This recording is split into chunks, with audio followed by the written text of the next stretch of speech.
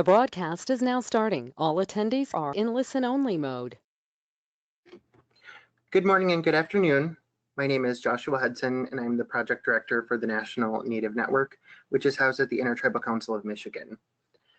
Today's webinar is the American Cancer Society's Circle of Life Cancer Journey, or we also had it labeled as treatment. And today's presenter is Kendra Rowland, MPH. She is the former cancer manager at the American Indian Cancer Foundation and is a MS1 at University of North Dakota.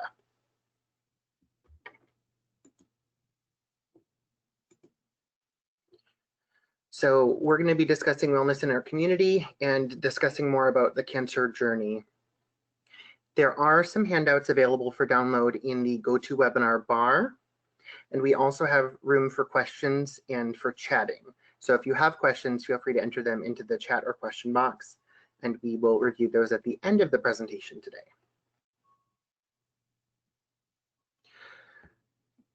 So the Circle of Life initiative was started by the American Cancer Society in conjunction with American Indian and Alaska Native communities, and it centers around healthy habits, cancer screening, cancer journey wellness, and then caregiver support. And so I will hand it over to Kendra Rowland at this point in time.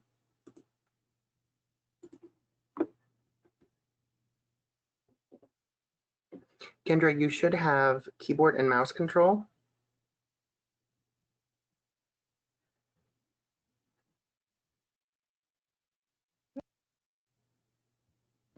And you should be unmuted now. Okay, I'm unmuted. Hi, everybody.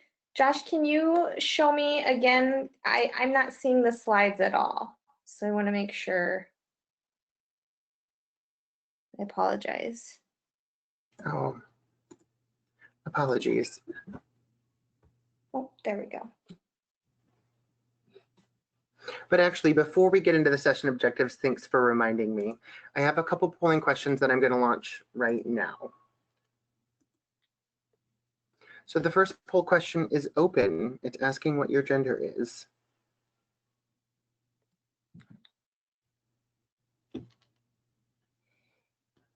We have just under 50%.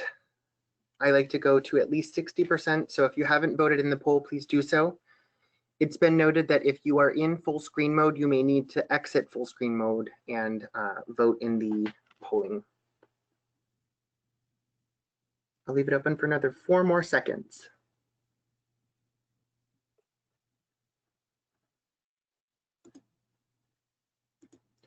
I'm sharing the results right now. Our audience is 95% female today. So our next polling question, what time zone are you joining from? We have Alaska or Hawaii, Pacific, Mountain, Central, and Eastern. I'll leave it open for another few more seconds.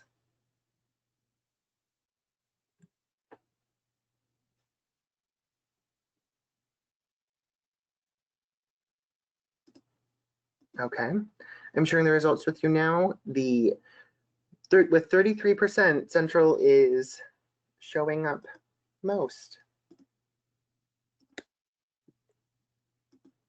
Our next polling question, do you believe that cancer is an issue in your community?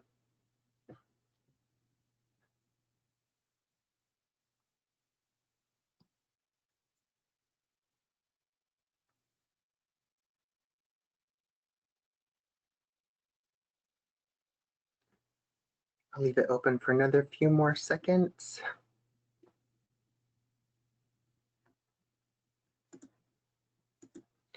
And 98% of people say that cancer is an issue in their communities. And then this is the last opening polling question. So if you're a CHR or health educator, how long have you been doing this? If you're not a CHR or a health educator, you don't need to answer.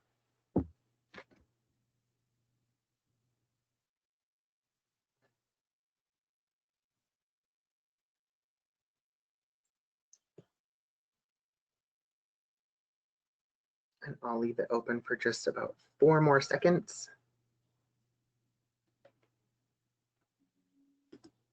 Alrighty. I'm sharing the results right now.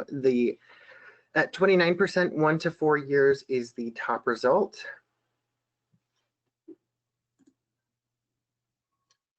All right, so now you should have keyboard and mouse control, Kendra. Okay. Oh, there we go. Alrighty. Thank you everybody for joining today. So today we'll be talking about what cancer is and how we can treat it. We'll also be discussing how traditional healing can complement cancer treatment. How can patients take care of themselves during and after cancer treatment?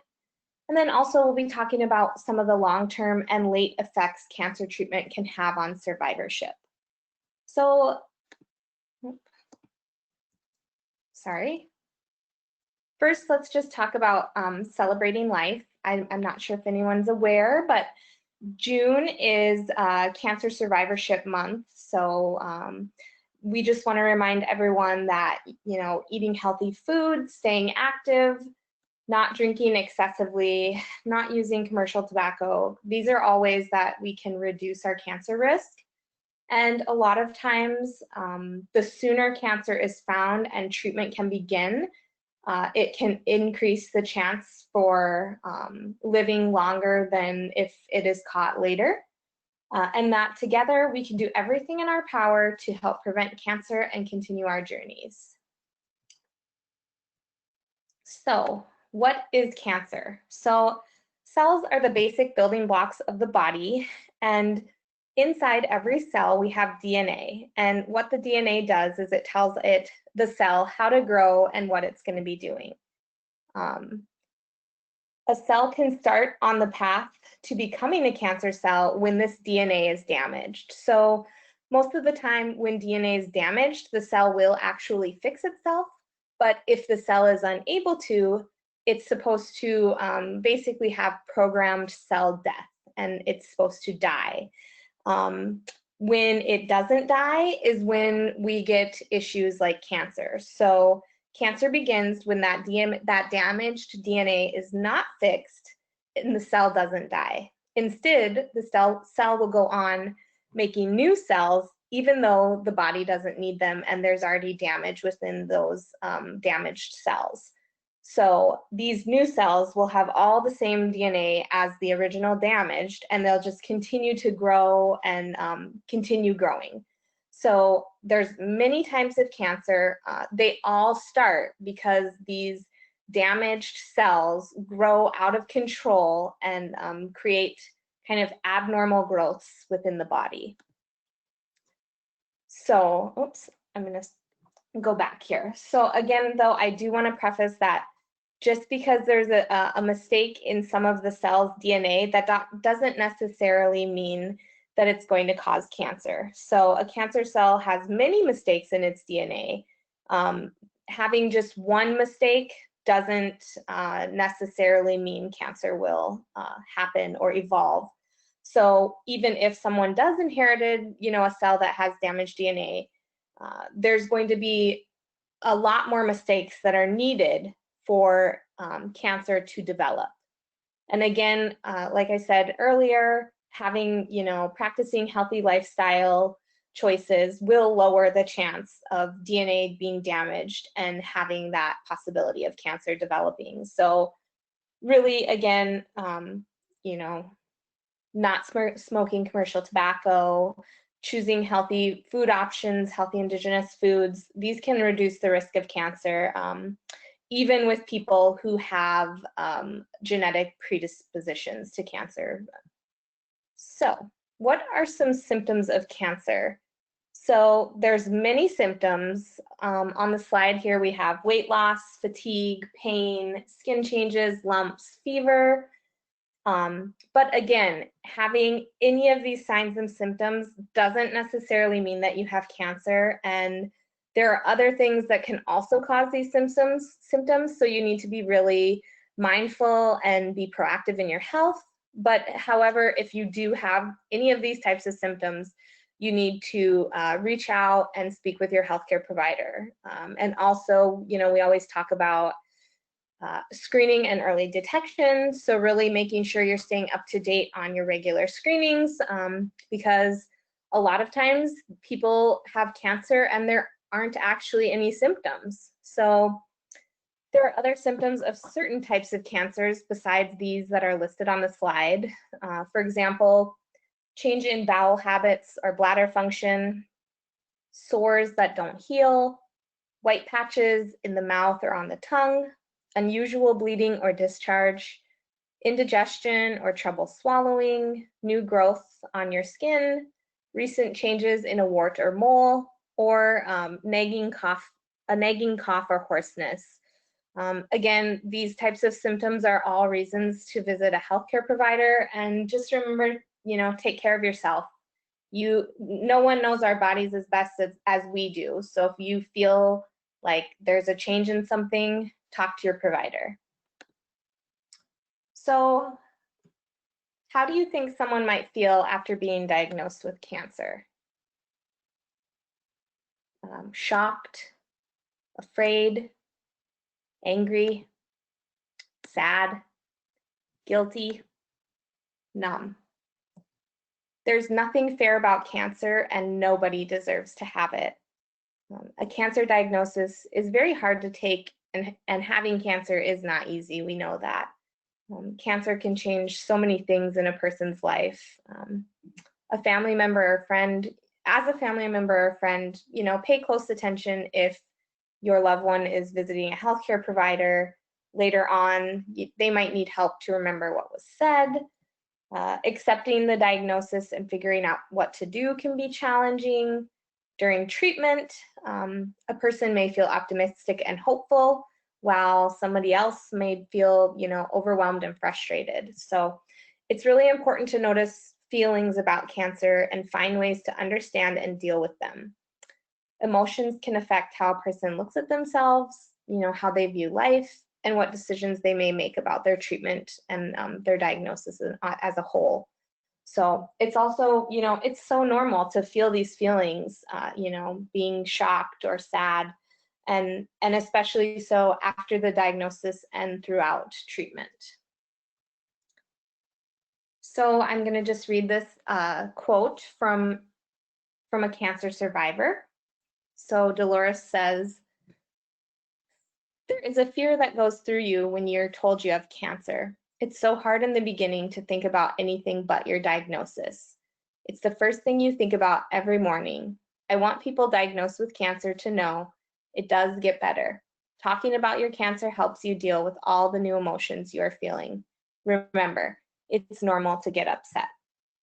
And again, I think it's really, it's normal for not only the person who's being diagnosed, but also, their family members, their children, their spouse, their friends, for them to also feel, these kind of different emotions about what's going on with their loved one. And a cancer journey isn't just the person who gets it. It affects all of the people, and you really just have to come together as this kind of support unit to help the person who's diagnosed. So let's talk about cancer treatment. So we have all kinds of different types of Western medical treatment for cancer. These include surgery, radiation therapy, chemotherapy, immunotherapy, targeted therapy, and hormone therapy. So the treatment choices that are available to someone depends on the type of cancer, how advanced it is, and then other factors like age, health status, or just personal preference. So 2 or more kinds of treatment can be given at the same time or used one after another. So for example, surgery may be used to take out or remove some kind of cancerous tissue, and then radiation or X-ray rays, which can come from a machine or any type of radioactive implant, could then be used to kill cancer cells in certain areas of the body. And then again, chemotherapy or other types of drugs can be used to go through the entire body to kill cancer cells. So the ones that are listed here on the screen, these are the most common types of cancer treatments. But again, as treatment advances are made, there's more treatments that have come up. So, you know, hormone therapy, biological immunotherapy, and even targeted therapies are being used. But again, surgery, radiation, and chemo are some of the more common practices. So some kinds of cancers need certain hormones to grow. So hormone therapy can be given to help keep the hormone within the body from being formed or to block a hormone that's being used. Immunotherapy is treatment that uses your body's own immune system to help fight cancer. Immunotherapy includes a wide variety of treatments that work in different ways. So some seem to work by boosting the body's immune system, and other types of immunotherapies help train the immune system to attack cancer cells specifically.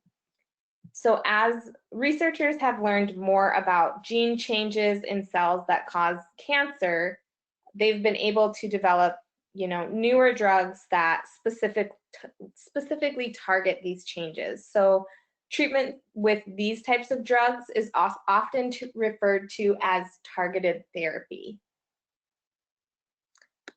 So let's talk about surgery as a type of cancer treatment. So one of the ways to find out whether a suggested operation is the best choice for you may be to get the opinion of another surgeon.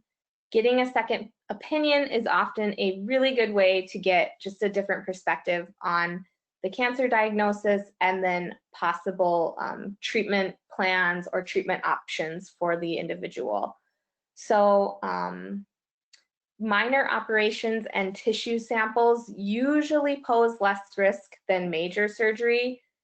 Complications in major surgical procedures are not common, but can include bleeding, damage to nearby tissues or other organs, drug reactions or pain, infection, blood clots, or slow recovery or long-term effects from surgery.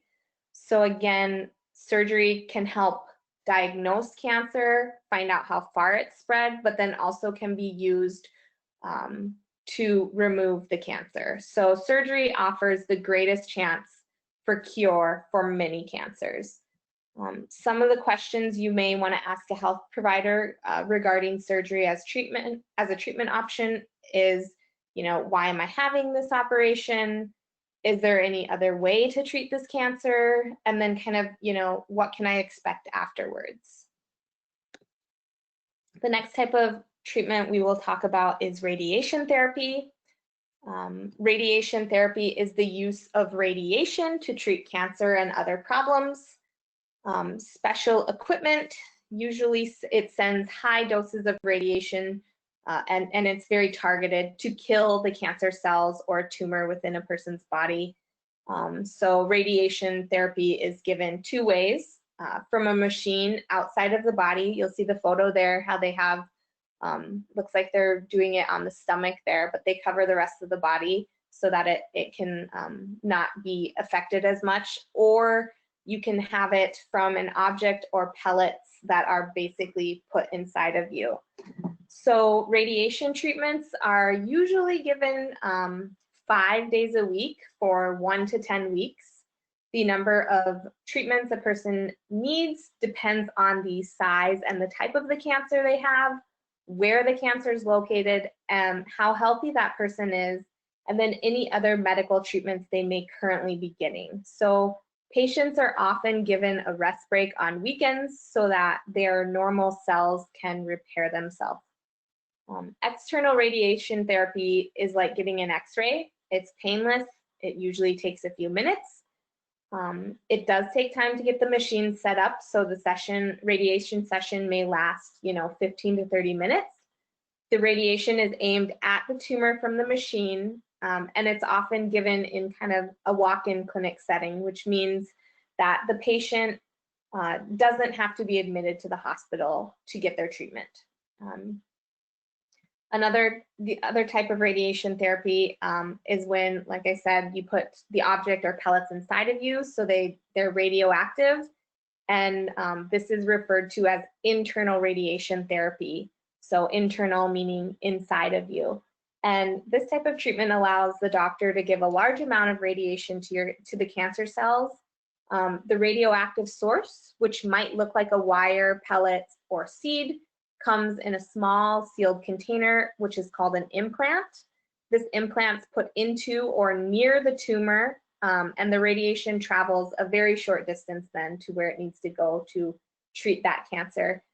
It can be left in place forever or just kind of for a short time. So if it is left in your body, the implant will stop giving off the radiation after a certain period of time. And then other times, the implants are removed after a certain amount of radiation has been given to a patient. The next type of treatment we're going to talk about is chemotherapy. Chemotherapy, or chemo, is the use of strong drugs to kill cancer cells. Your provider will choose these medical drugs based on the type of cancer you have and the stage that has been determined. And again, chemotherapy is often used to fight cancers that have spread to other parts of the body. So additionally, chemo can be used to keep the cancer from spreading, slow the cancer's growth, relieve symptoms such as pain or blockages caused by cancer, or cure the cancer entirely. So most chemo drugs are given in the following ways. So sometimes chemo is delivered as a pill or a liquid. The patient would just swallow that as the healthcare provider kind of prescribes it. They can take it home, but then they just need to really be careful and follow the prescription guidelines and the directions. Other times chemo can be given like a flu shot. So the shots are given in the medical office, the hospital, the clinic, or at home. But most often, chemo drugs are put into the vein through a needle or a tiny plastic tube called a catheter.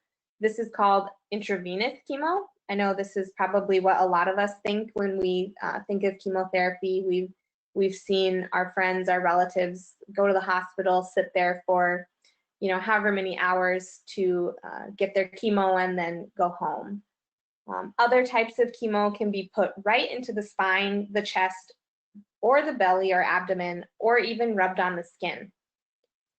So in terms of frequency, a person can get chemo, once a day, once a week, or even once a month. It depends, again, on the type of cancer and what type of drugs the person is getting. So chemo is also usually given with breaks between treatment cycle. This break gives the body time to rebuild healthy new cells. It helps a person regain their strength. How long a person gets chemo really is dependent, again, on the type of cancer, what the goal for treatment is, and then also how the body or the patient responds to the drugs.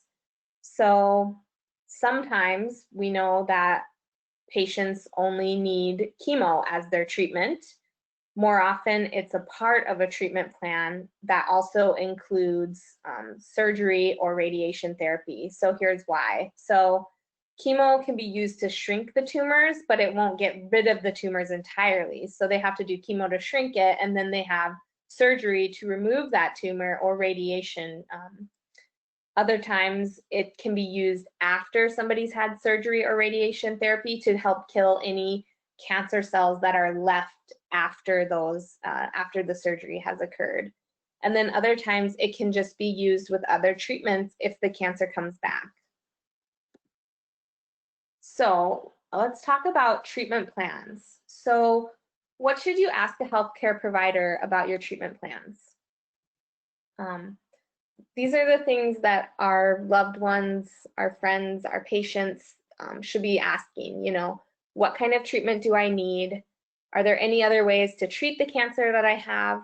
What can I expect after each treatment? How can I contact you if I have questions? Do I call the physician? Do I call the nurse?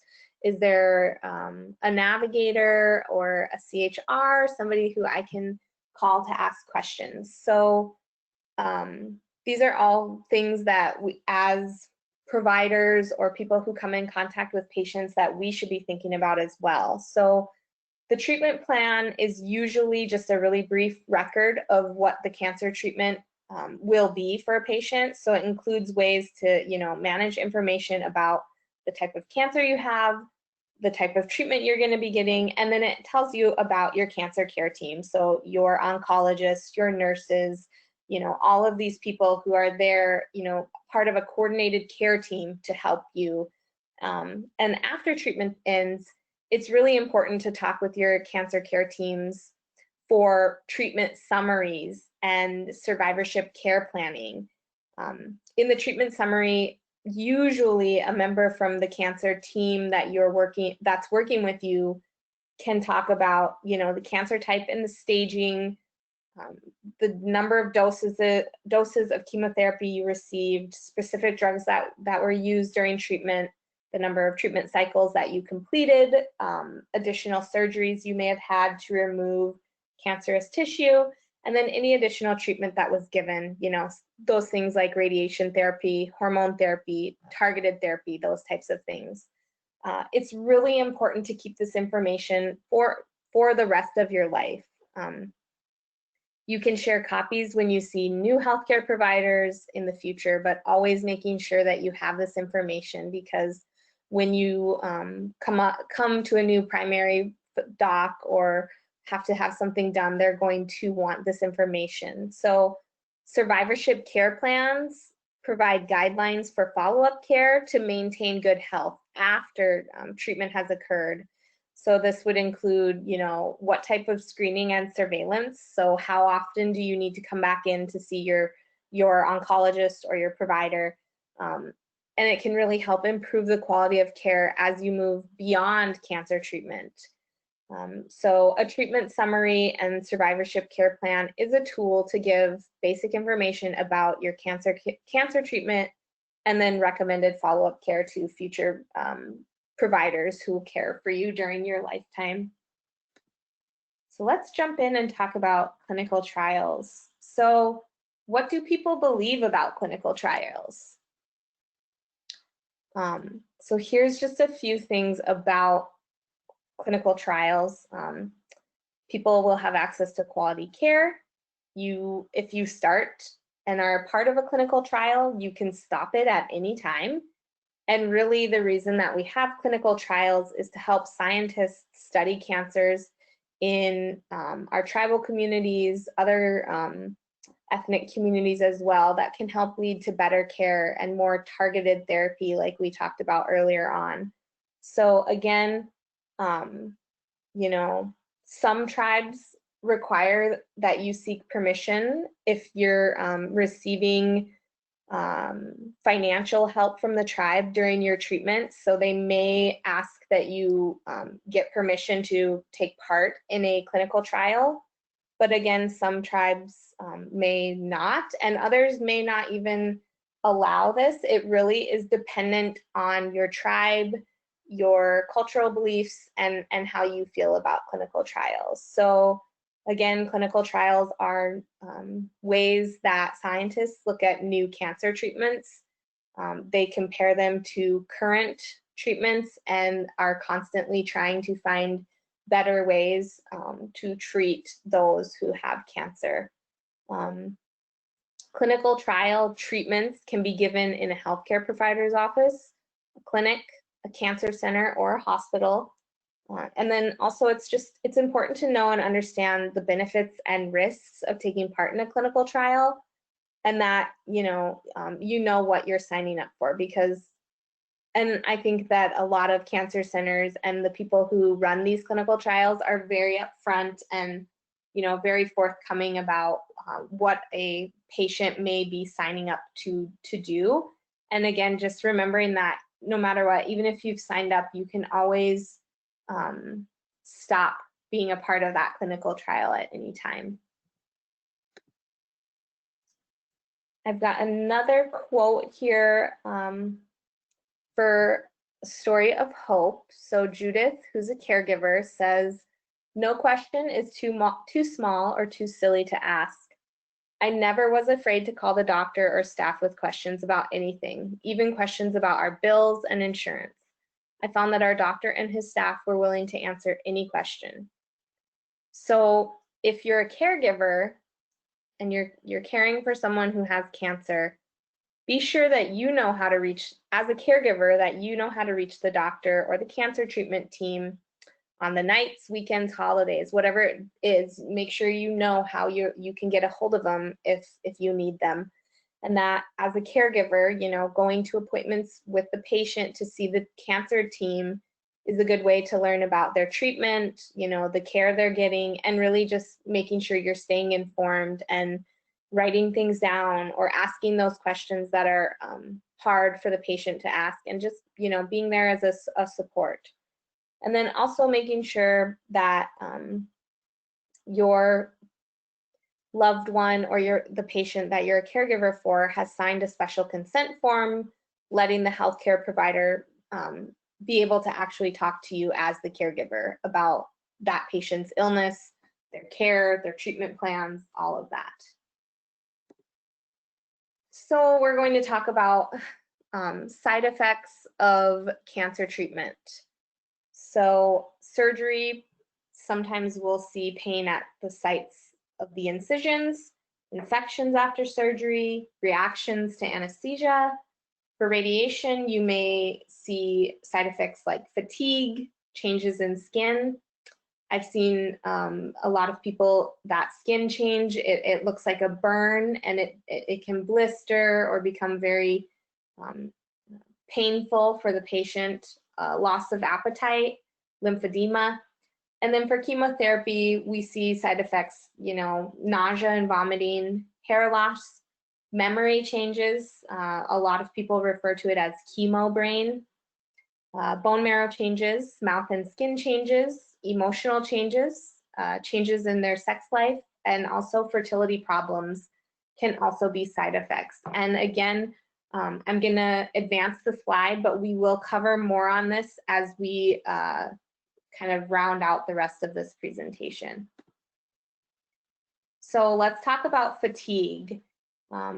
This is a really big side effect, and a lot of people experience this when they're being treated for cancer. So fatigue is the feeling of being tired physically, mentally, emotionally. You know, only the patient really knows how bad it is and what it feels like. There aren't lab tests or x-rays that can diagnose fatigue or even describe the level of fatigue that a patient is feeling. So the best measure comes from that patient or the person's own report to their healthcare provider. Oftentimes, physical activity can help prevent or reduce fatigue levels of a patient. And again, good nutrition, you know, and getting enough rest are really important. But most people will still need help with meals, errands, and other work things. So again, that's where that support system comes in, and where as caregivers, you know, friends and loved ones, we can help lift up our loved ones while they go through a cancer diagnosis and treatment. So somebody who's getting treatment should talk to their healthcare provider so he or she can help them decide how they can manage fatigue. But again, fatigue is one of the biggest side effects of all of the types of cancer treatments. So cancer pain facts. So pain may go along with cancer, but this is not always true. Keeping pain from starting and keeping it from getting worse are the best ways to control it. And as a cancer patient, you have a right to ask for pain relief. So again, in terms of pain, not all patients with cancer will have pain. But again, there will be a lot who do have that pain and need to have it managed so that they can still maintain a high quality of life. Healthcare providers need enough information to assess the level of pain. Most providers will ask a patient to rate their pain on a scale of 0 to 10, 0 meaning you have no pain, 10 meaning that person is at the highest level of discomfort from pain. It might take a few tries to get pain under control, so it's really important to report back to the healthcare provider on how well the pain management and treatment is working for our patient. And again, remember that, a person's pain levels can change over time. So you may start one type of pain management treatment, cycle, and then it may change. So those medicines and the way that you're managing pain, that's going to change too. So it's just always making sure that we're talking to our providers, we're talking to those around us, and being very upfront with, our level of pain and what we need to continue to live a good quality of life. So, sorry, I got to go back one. So pain medicine, just a few side notes. People who take cancer pain medicines the way the healthcare provider or nurse tells them to, very rarely will become addicted to those pain management, those pills. Most people do not get high or lose control when they take cancer pain medicine the way that they're told to. So as long as you're really following what the doctor is prescribing, there shouldn't be any fear of becoming addicted or getting high. So some of the side effects from pain medicine can be managed and often prevented, and the body will not become immune to pain medicine, just a side note. So let's talk about palliative care. So palliative care is care for adults and children with serious illness, focusing on relieving suffering, improving quality of life, but it's not intended to cure the disease itself. So palliative care provides patients of any age or disease stage with relief from symptoms, pain, stress, and it should be provided along with curative treatment if possible. So again, the main purpose of palliative care is to improve quality of life. It's best to at least start a discussion about palliative care early, either at or not long after a person is diagnosed. It's most often given along with cancer treatments. It's important to realize that maintaining a patient's quality of life is another important goal in the treatment plan. This is true regardless of whether a person's treated to try and cure the cancer, or if the cancer is too advanced to be cured at that point. If the goal of treatment is a cure, palliative treatments can help ease those symptoms from the main cancer treatment itself. And if the cancer is advanced, palliative treatment may play a larger role in helping to keep that person more comfortable, maintaining quality of life for as long as possible. Again, palliative care is often used by itself if cancer treatment no longer works. So when might someone consider palliative care? So if they're experiencing side effects of cancer treatment, if they're losing more and more energy, fatigue is at an all-time high, and if they're spending more and more time in bed. So side effects and distress can increase to the point when someone is just, having a really hard time even doing daily tasks. Palliative care does not mean the person is giving up, but that they are choosing to achieve the best quality of life for them and their family. We have to respect and honor people's choices, and how a person's treated for a serious illness is very personal, and that person and their family should make the choices that are best for them and for their long-term kind of outlook and goals. So a lot of people can live many years with advanced cancer. Keep in mind that any prediction is really only an educated guess, and that no one ever really knows how long a person's going to live. Palliative care can help families and friends with feeling overwhelmed, managing other obligations, providing care for loved ones, and helping those loved ones with medical problems and emotions like worry and fear. Again, palliative care is something that's specialized based on what the patient needs, and it's meant to improve the quality of life. So it can address physical, emotional, spiritual, and social needs of a person from the time of diagnosis to the end of life. And really, again, palliative care is to relieve those symptoms, lessen the fatigue, get rid of the pain, get rid of the nausea when somebody's going through treatment to cure cancer, or to address their emotional suffering when they're told they have cancer or it's getting worse. they're not able to treat it anymore. Palliative care has some things in common with hospice, but they are not the same. So both focus on improving the quality of life of a person, but palliative is given throughout a person's entire illness, whereas hospice is given at end of life.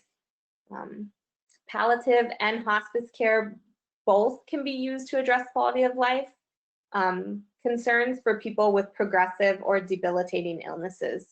And again, hospice care includes palliative care, but so does active treatment. So again, we think of palliative care as just trying to increase a person who has been diagnosed with increasing their quality of life. Okay, so now we're going to talk about traditional healing. And there are traditional and complementary healing practices that can help relieve cancer symptoms and treatment side effects. So what are some traditional healing practices that you have in your communities?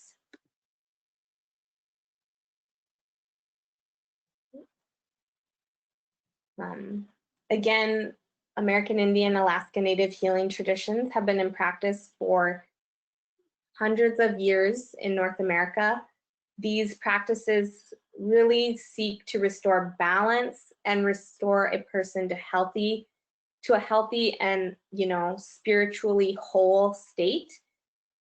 If somebody's working with a healthcare provider and a traditional healer, it's important that both of these, the provider and the traditional healer, work together and know what treatments are being provided.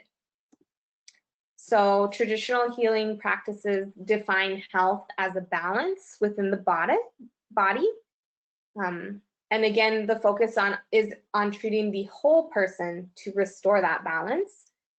And then when balance is restored, it is believed that the body will be able to heal itself. So traditional and complementary healing practices can help support healing after your treatment. It can help with that fatigue or pain throughout your cancer journey. And it can also support the emotional and spiritual well-being of the patient and the family. And, people turn to alternative therapies when conventional treatment options can't cure or relieve a chronic disorder, things like cancer, arthritis, low back pain.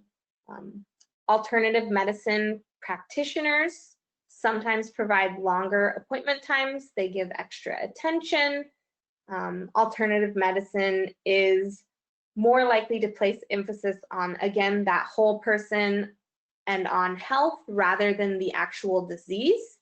So most people view alternative therapy as more natural than conventional therapies like chemo, radiation.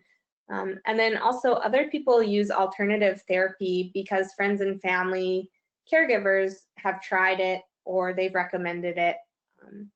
Alternative therapies are not proven to cure serious illness, but they can help a person feel that they've done everything they can to get better and really provide that peace of mind. Again, it's really up to the person whether they want to use complementary or traditional healing practices. In a lot of our work, I know we've worked with various cancer centers across the country, but many of them respect our, cultural beliefs. And if a patient wants to bring their, their healer, their medicine man, whoever that may be, usually the cancer center is very open to trying to provide complementary treatment that goes alongside with what your healer is saying. So I want to do a visualization activity. I know we're sitting here by our computers, and usually we do this as an in-person activity, but so we're just going to kind of try to do it in front of the screen. So, shut your eyes, take a deep breath, and clear your mind, clear your head, and I'm just going to read a few words to you. So, all your direct ancestors are standing on your left in a line, starting with your father or your mother, your grandfather, your great-grandfather. All your future direct descendants standing on your right, starting with your son or your daughter, your grandson, your great-grandson, going down the line. These two lines stretch out over the horizon. Imagine being able to send messages to these people, whispering up and down the line. What would you say? Or what would you ask? Just want to take like 1 minute. Think about what you would want to say or ask your ancestors.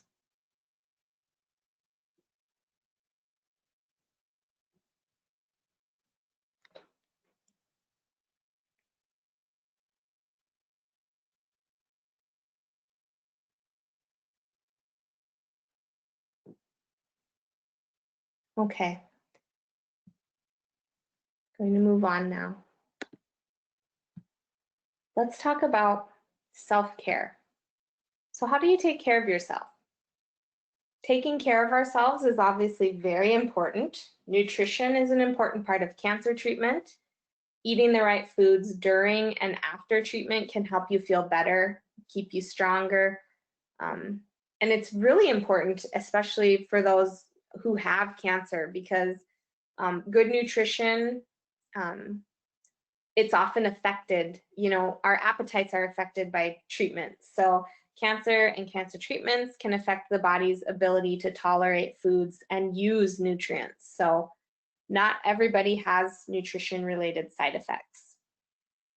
The nutrient needs of people with cancer can vary from person to person. Your healthcare provider and a registered dietitian, if available, can help you identify your nutrition goals and plan ways to help you meet them. Again, as we talk about the importance of self-care, let's talk about caring for our bodies. So what are some healthy foods that bring you comfort? Things to think about.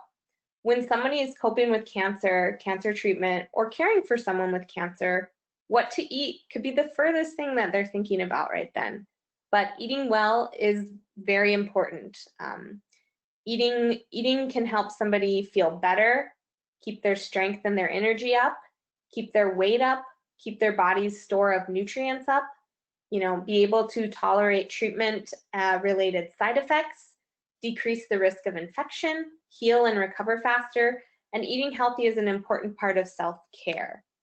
So let's talk about self-care. We care for our mind.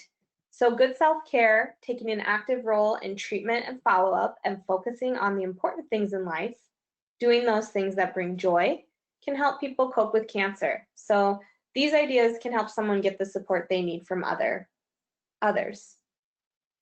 We talk about caring for the spirit.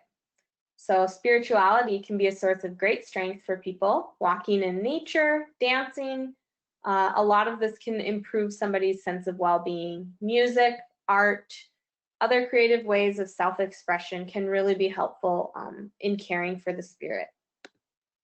So how do we take care of stress? For some people, cancer treatment is obviously very difficult and it can be very distressing. Caring for somebody with cancer is distressing. So their signs and symptoms can be warning that sadness and stress levels are too high or becoming serious. If you or a family member is having some of these, signs and symptoms of not being able to eat, losing interest or pleasure in things that you used to enjoy, having trouble thinking, concentrating, having trouble sleeping, these are times when you should talk to your healthcare provider. Healthcare professionals and traditional healers realize that feeling sad or overwhelmed is a part of having cancer, and it should be treated along with the physical symptoms of cancer. So let's talk about after treatment. The phase of the cancer journey that begins after initial treatment ends is referred to as survivorship, but many people consider it to start when they're diagnosed. So cancer survivors can continue to experience a variety of long-term effects resulting from treatment. Late effects may also occur years after a treatment has begun. So this is just the survivorship care continuum, and that's talking about the idea of it goes from, detection, diagnosis, treatment, survivorship, prevention. It's a cycle.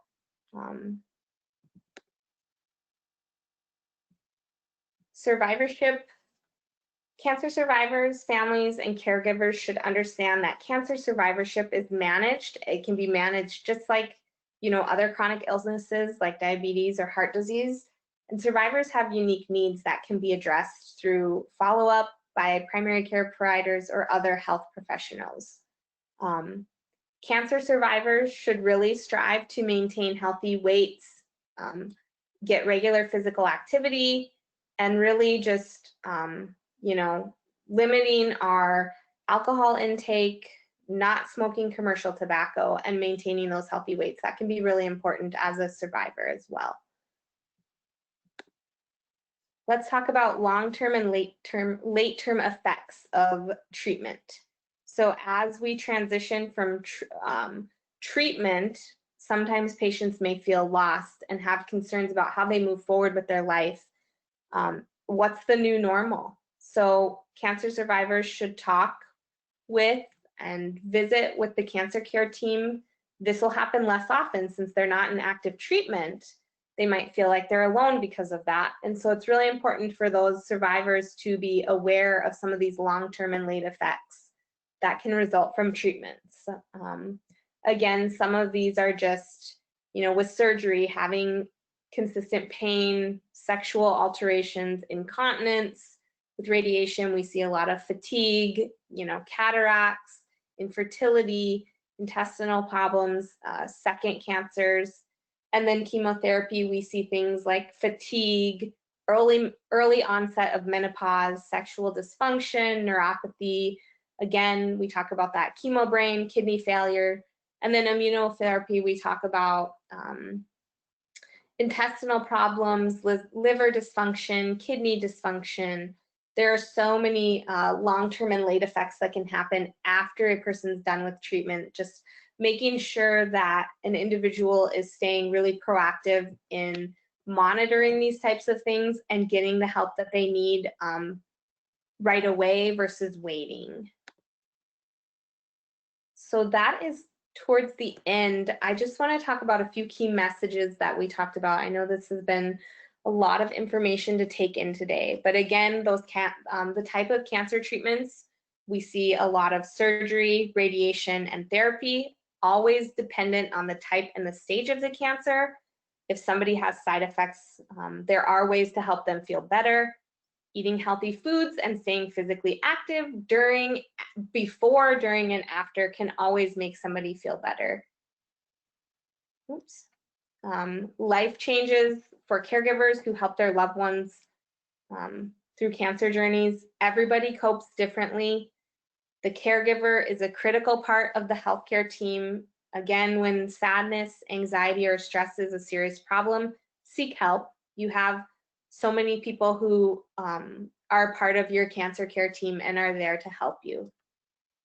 Cancer survivorship begins from diagnosis, and it's an entire continuum again. And then it's important for cancer survivors to understand those long-term and late effects that can occur after treatment, and thus to know, to talk with your healthcare provider about those issues. So here's some information about taking action and getting support. The American Cancer Society provides cancer information, day-to-day help, and emotional support. You can call the phone number listed to talk to a cancer information specialist.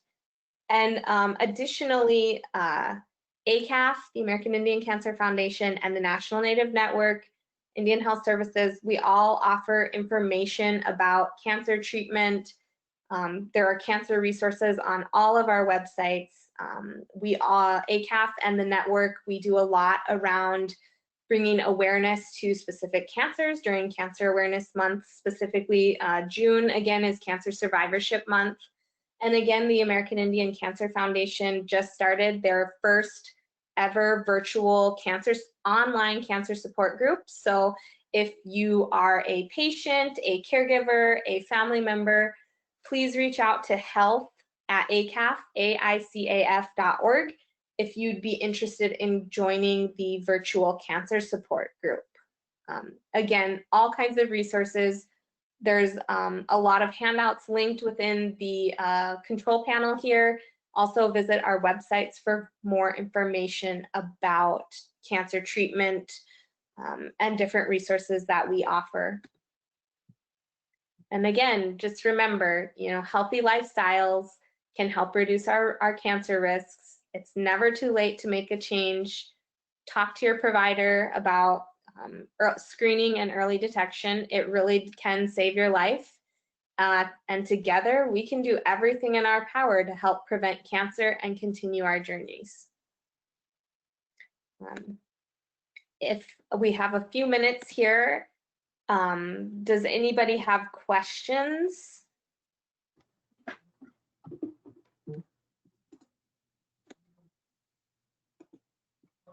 While we wait for some questions, I have some more polling questions. This is Josh again.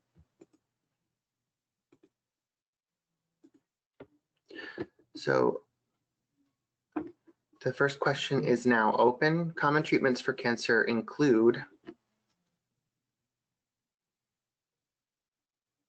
and we are at just below 50% participation. So if you have not voted in the poll, please do so.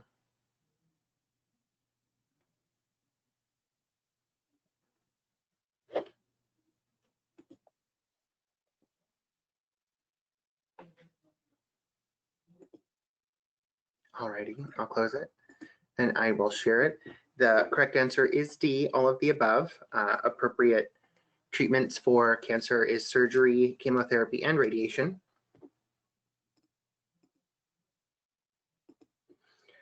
I'm launching our second poll question. Side effects of cancer treatment may include, I can't read it all right now because I don't see the same screen that all of you do, but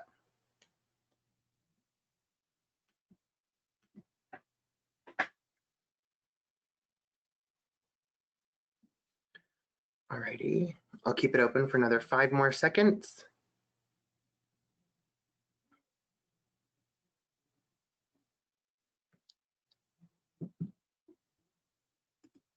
Okay, I'll share them. So side effects of cancer treatment may include fatigue, pain, nausea, and hair loss. And overwhelmingly, people selected true, and that is the appropriate answer. Number 3, palliative care is used to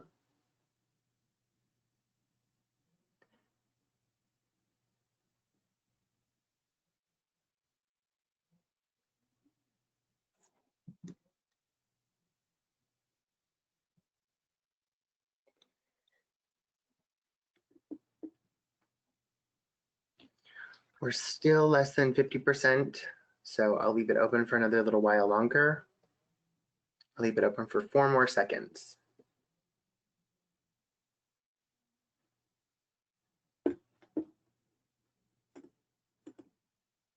Okay, so this one was quite a spread, but 46% selected help patients and their families to manage from diagnosis onward, and that is the appropriate response.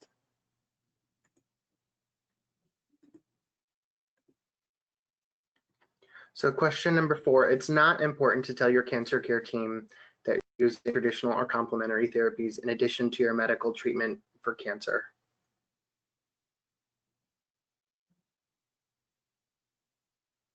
We're still less than half. Okay, I'll leave it open for 5 more seconds.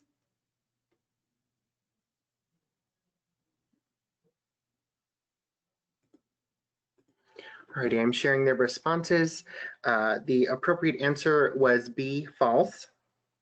It is very important that if you or someone you know is receiving cancer care treatment and they are also using traditional medicines or complementary therapies, that they do need to tell their providers, because sometimes there's interactions.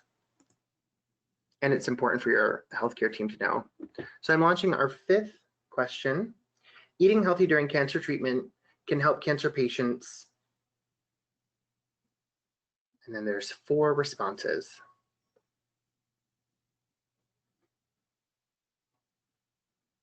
We're still less than half engaged, so if you haven't voted, please do so. I'll leave it open for 5 more seconds.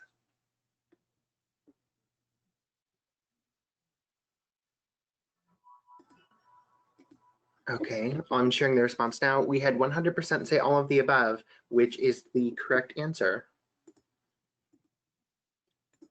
And the final polling question that I'm asking, cancer survivors may experience a variety of long-term and/or late effects after cancer treatment.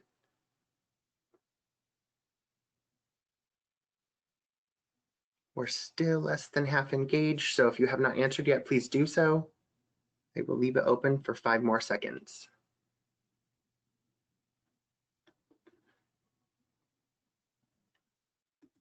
Okay, and I'm sharing the results now. The results 100% true, which is the appropriate answer.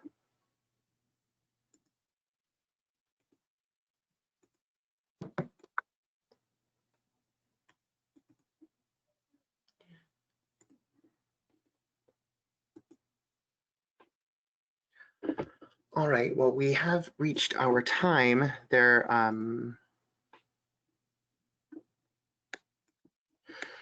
is a question. My question is about what resources are available to ensure patients keep all their records on hand. I think one of the best ways to ensure that patients are able to keep all of their records on hand sometimes might just be an old-fashioned filing system, so that you can bring a file with you and you can consult if there is questions by your provider or your team. And I would also be sure to look up information around survivorship and resources, because there are often lists or ideas of how to keep your information and your records on hand, either with you at appointments or at home. So there are a variety of tools available. Yep, and can I just add to that?